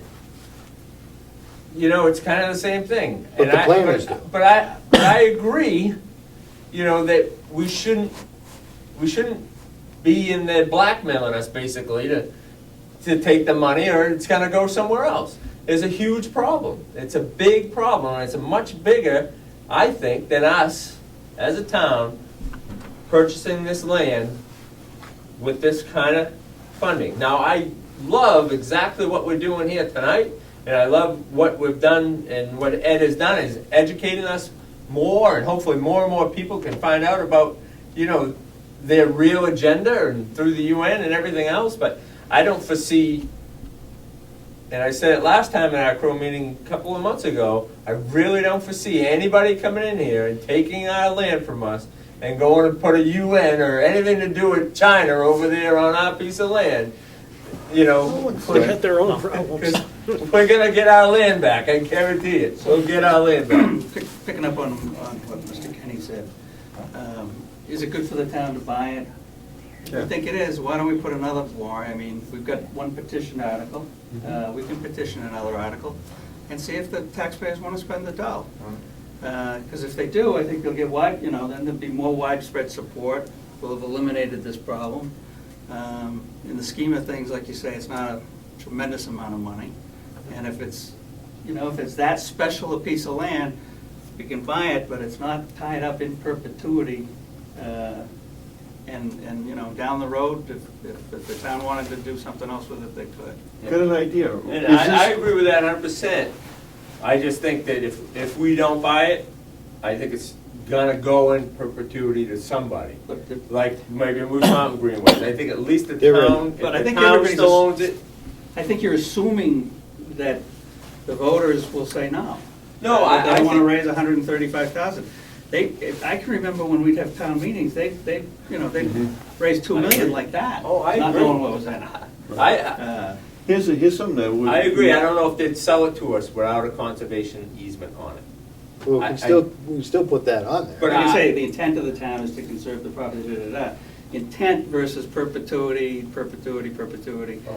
a big difference. I agree with you 100%. So they want a conservation easement on the Yes, property? the private We- property owners do now. today. We as a conservation commission believe that. Okay, well, the only reason why I say Or is they because said that to us, but it doesn't mean that. they how- did the same. To what level? Those, the environmental. We can see, there's all kinds of levels, sorry. The Greenway and the rest of them have all done the same thing. I've been to their meetings and whatnot, and they will say, well, we're going to put it on the conservation, but we have the right to sell a portion of that to get our money back. Now, is that something that would be feasible? Is there a piece of that land that would not be disturbed that you could sell to gain the town back some of its money that it spent for the portion of it it wanted? Well, Just the thought. the seller, originally there was 7 lots, and this now is 5 lots, I believe. She kept 6 lots. She kept one of the lots, and there had already been a septic designed for it. Mhm. So she kept that lot, reduced the price down to $150, which was part of the negotiation Mhm. process. I was told at one time that if the federal government owned it and it became unusable as its intended use is, if say a asteroid struck, and not that we'd be around to worry about it, but if it was no longer a waterway and no longer conservable land, there's a thing in it where the feds could make us buy another parcel, right? Yeah. Another That's piece of Exhibit land of Yeah, the same value, That's what I was- and give it to the federal government under the same conditions Appendix. at our expense, no matter what the cost. So if it happened 20, 30, 50 years from now, when land is sky high and an asteroid happened to strike and ruin 121 acres, Wakefield has to go find another 121 acres with a mile of river frontage and Oh, yeah, well, Isn't your that feds, loopholes in it for anything? the feds don't, No question. the feds Really? I don't didn't give see you. any. No? I mean, everything, Anything everything you without- guys, without- everything you guys base your opinion on is not in here. The only thing you guys do is deny anything, any question anybody Yeah, asks. you guys, Jerry. We're talking You guys on you and the selectmen. Everything, you I don't know, even see why we're Now- arguing about that aspect of it. I mean, what it comes down to is, we like the property as a town, and we don't like the strings attached. Right. So well, like let's Steve said, figure out why how to can't we raise the buy it money and as a conserve it town. ourselves? And conserve it And for a why- short term. Why try to guess whether or not she's gonna accept whatever Sure. the town's willing to do? If the town's got the money to buy it, then you negotiate, if there's something that she wanted put in there and the town can live with it, so be it. I think the town can live with a lot. Well, this petition, I don't know what the petition is, but hopefully this petition will force us Well, I think, to wait till town meeting to purchase it. and I think it's gonna be geared towards whether or not the townspeople wish to accept the funds from the Fish and Game and accept the L-chip But it's funds. not too late to have another article. No, We haven't right. gone by the deadline It's yet. January 9th, I think. Have a petition article with 25 signatures to submit it and have it to Put purchase an that article in land. there, yeah, to see ourselves. the town will raise and appropriate the sum of $135,000 or whatever it is. Right, right. For the purpose of purchasing that property. And period. preserve it ourselves in the town. Yeah. That would make And sense. they might, voters may vote for it. Yeah. Yeah, because the thing is that would be, to me, if you're the custodians and you can change the rules, the town can change the Yeah. rules. If something changes, you can change the rules. The Fish and Game, you get to maintain it and they get to tell you what to do. Right. And And you that's get the to change the problem. rules. You know, and I think what happens at times like tonight, you come up with a solution to the problem, you know, if somebody would listen to one of the solutions to this particular problem and, you know, vote in the affirmative, then mission accomplished as far as what open discussion can do. You know, a lot of times, not having a discussion, people get angry and disgruntled and mad in the future activities because they don't feel as though they've been an active part of the process and their opinions didn't count and it was just jammed right down your throat, something that was unacceptable to them right from the beginning, so. At least if you stay away from the federal government, you buy this piece of land through the town, at least you can sleep nights knowing it's not gonna go to Agenda 21. Yeah. Well, another thing too It's is not part of that it. with the Conservation Commission, it might be a good idea when you get by this issue here and hopefully the town purchases the land, is to have put in place to raise money or have a plan put in place for future buyer properties too. You know, so that you can, you know, because I mean, if somebody comes to the table and has this piece of property, what do you know everybody's doing? We gotta run for a grant, we gotta run to try to get money. Whereas I know in other towns and other cities, they're putting money in a lump so that if something good comes along, they can just grab it and don't have to take all that. Just like you save up for a new fire truck. You know, Right. You put a little Same bit in thing. every year, Yeah. you know? Capital improvement. Yeah. I'm in favor of that. I know. I'm not in favor of that either, but I am in favor of definitely putting it in front of the voters, and I'm sure it looks like that's the way it's headed. This Yeah. isn't something against the bond. Here's a man It's not- that not a wants giant- a new Yeah, high it's school. not $2 million. There's a man that wants a new high school, I can see it. Yeah, on that line, right? Steve, I think the people are voting with their feet. Good night, everyone. good night, Jerry. Have a good night. Nice seeing you, I guess, I'm out of here too. I was curious, Steve, I know you had a burning comment. I had, when you walked in the door, I knew you had something to contribute to this conversation. Just here to learn. All right, thank you, everybody, for showing up. It was a great meeting, thank you.